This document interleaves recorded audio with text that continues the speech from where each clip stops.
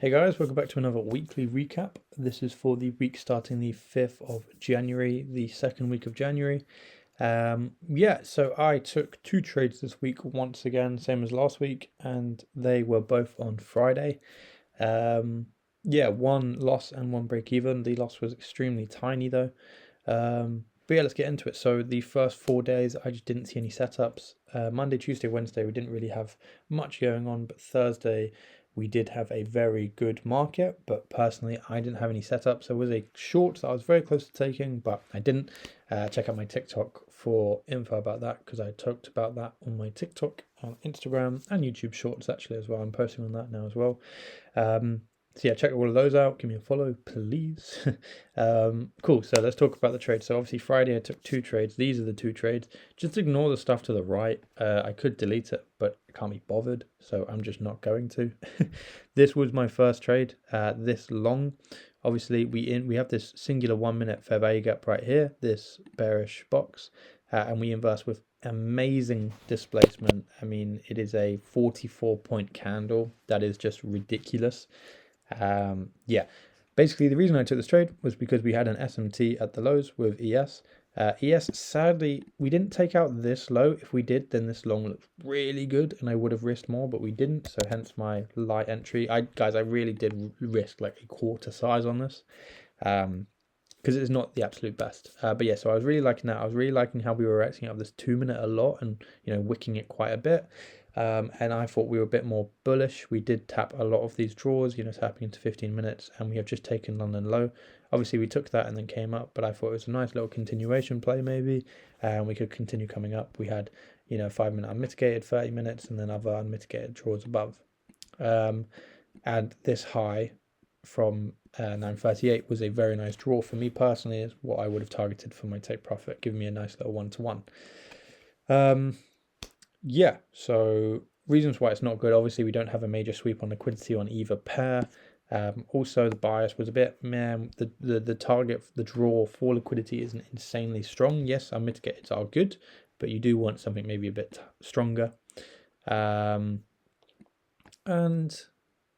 Just overall, it's not the best. Like starting to get a little bit choppy, and it's just not a classic insane position, but that is why I managed my risk appropriately. I had a hard stop in place, and also I managed my risk. I didn't risk full size on this.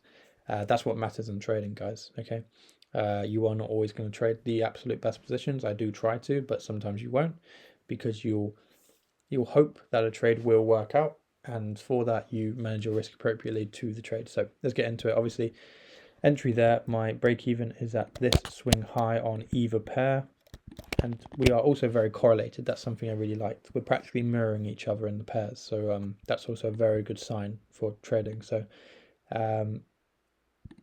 pretty much just sadly next 3 minutes my stop got ran, and is what it is. We actually didn't end up coming up or anything. Well, actually no, we did end up coming up, but not for the take profit. You would have just been able to go break even, but you wouldn't have stayed in, is what I'm saying. You could of course wait for a candle close below the fair value gap. Some people do that, but I personally, especially on this trade, didn't want to do that because I wanted to manage my risk very appropriately. I could have been cheeky and waited for that, but if price decided to just dump and run downwards, I would have lost a lot more than I wanted to. And with this being a quote-unquote worse position, I wanted to manage my risk and know that I was only risking exactly what I wanted compared to risking maybe a bit more. Also this red line is 10 a.m. and this was a red folder news. Now obviously I took this trade at 9:53. Well, technically 9:54 is when I would have entered. So it is very close to this news. So that is probably another point that was sort of my bad. I literally had this line drawn out and I was constantly talking about it in stream, but I just mentally forgot. I don't know, maybe I just tunnel visioned on the trade. It happens. I just forgot that there actually was news, and 5 or so minutes before news definitely will affect the market conditions. So that's probably why we sort of had a weird decrease in volume and price just didn't play out. So,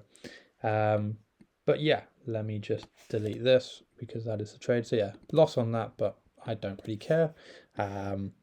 manage my risk appropriately, and that is what matters. So cool.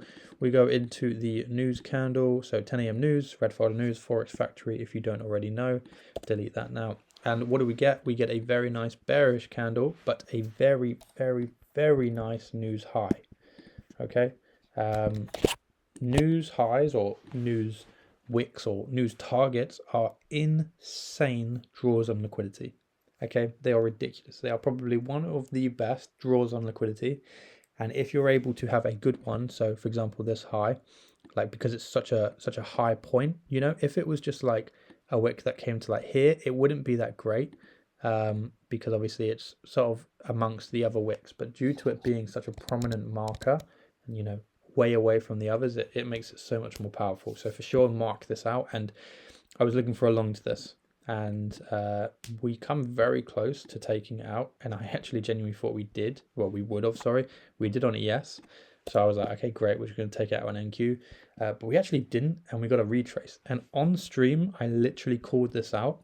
I literally said, okay, at this point when we started to retrace, I was like, okay, what would be absolute best case scenario? We come down, we take out a form of liquidity, maybe this low or this low, and we're able to get an internal point, create just a 1 minute, and inverse that 1 minute for value gap, and you know, break even point, and obviously target news highs as the full TP profit, TP point, sorry. And what ends up happening? Literally that. So huge displacement to the downside. We take out one form of liquidity and another. And also a key point in this is we take out Asia low on NQ and London low on ES. We don't take out Asia low on ES, but to be honest, I don't really mind that. And look at this reaction. This is what we call conviction. Conviction is reasons for taking the trade. It's not why we would enter straight away. Like I wouldn't enter just because of this. I need an inverse fair value gap, and that is what you guys should be needing as well. However, a reaction and conviction like this, seeing how we tapped it and instantly rejecting. Price does not want to go lower from these two wicks. It is wanting to telling us that we want to go higher, which is why we then use the IFVG model to then confirm that and go forward with the entry. But yeah, so this is an amazing sign. So for sure, I wanted longs. And what do we have? We have a singular 1 minute fair value gap, and we also have the same on ES. It's not loaded for the red thing, but it's because I need to click on the next candle. But we do have just a 1 minute here on NQ and on ES. And we have let me just play out. So this is the inversing candle, but yeah, so what do we have? We have a singular 1 minute fair value gap, same on ES. And we have ES looks better with the breathing room until the next unmitigated gap, but on NQ we do also have the same, but obviously we only have, you know, from the candle close we only have 7 points until the unmitigated fair value gap. This is of course on the 2 minute. If we look on the 2 minute, as you can see, this blue line that I've drawn is that 2 minute unmitigated, and go back on the 1 minute, it is right there. So I entered the trade. This is an A+ trade. I entered this a little bit over full size just because of the confidence in it, and I do not regret that one bit, even if this lost. It obviously didn't, but this is genuinely a generational play and can make you so much money if you just follow the strategy appropriately. So this is an amazing trade. A+. We sweep liquidity, insane displacement on the inverse. ES is mimicking it perfectly. We have a higher time frame SMT. As you can see, we took Asia low and ES didn't, so that's a very obvious SMT. We've got an amazing draw above. We've just got a singular 1 minute, etc., etc. I don't actually know what is bad about this trade, honestly. There's always obviously going to be one little thing that's bad, but when you actually look at the grand scale, this is an amazing trade. So obviously enter on the candle close, and my break-even point is at this 2 minute unmitigated fair value gap on either pair. If one of them takes it first, I'm going break even. So in the next candle, both of them tap into it, and as soon as this happens, so let me use this yellow line as my stop loss. So obviously entered the trade, stop loss was at my stop loss on the P&L tool, and as soon as we hit that, my break even is now my stop loss is now at break even. Now, why did I do this? I did this to cover my loss. Of course, this for me is a perfect trade, an A+ trade. I believe in it with all my heart. However, just because of that, that does not mean I will die on the sword. Okay, if we tap into a point of liquidity or an unmitigated gap, I am going break even. Why? I have no idea if price will disrespect it and go up to my take profit point, or respect it and retrace down and hit my stop loss. Okay, so for that reason, no matter the draw on liquidity, no matter how confident I am, anything like that, I'm going break even, and honestly, you guys should too. Now, unfortunately, this trade did end up just shooting for the stars and hitting 4TP. For me, that would have been a 4R, which is absolutely gorgeous. But it is unfortunate, but I do not regret. Oh, and obviously you're like, oh, you didn't get taken out of break even, but in this candle, the 1011 candle, when we hit break even, we sort of hit break even and instantly came down, and then it retraced. So very, very annoying. But yeah, I do not one bit regret going break even at that point, because it will save you 9 times out of 10. In this example, it wasn't needed, but trust me, it will happen so many times. And I've actually got an example to show you after I talk through this trade. So yeah, but basically go break even at that, and you will thank me later, because yeah, so many times you'll have an amazing trade, it will hit your break even point and it will just respect it and dump. So make sure you are always covering your bum when trading. If you stayed in this even after tapping that, I mean, obviously you might be like, haha, I'm better than you, or oh my god, I'm such a great trader, I made all this money. Yes, you did, but you are not a good trader. That is not a smart thing to do. Okay, you know, you can take my word for it or not, but I'm just trying to help you out. That is not what you should be doing. It is a very risky thing to do. Not going break even here, because yeah, price can easily respect it and whatever. Obviously, me personally, I wouldn't have held for 4TP. Obviously, I trade the 1-to-1 strategy, so I actually did this live with chat. So if you want to know more about that, join my free Discord. I live stream every day. But I would have actually been able to secure a 1-to-1 R for majority of my position, and I would have left one runner for the news high above, which would have netted me a very nice amount of money. But it is what it is. I'm not upset. Obviously, I did have a tiny loss here, but it is what it is. I managed my risk appropriately with this, and I covered my capital with this trade. So yeah, I technically missed out, but I do not care about missing out. Some people I did see online entered after like a 4-minute or 3-minute inverse from these fair value gaps. But to be honest, I think that is a bad idea. I think you are just jealous and FOMOing into the trade because you're worried it's going to hit your TP and you're not in the trade. So I think just stick to the main strategy of just a singular 1-minute V shape like we have here. And if you don't get the entry or you miss out because you hit break even, leave it at that. Don't try and enter in late, because price could easily just not want to run to your TP. But anyway, it is what it is. That was obviously my break even, and yeah, that's my 2 trades for the week. Only 2 trades.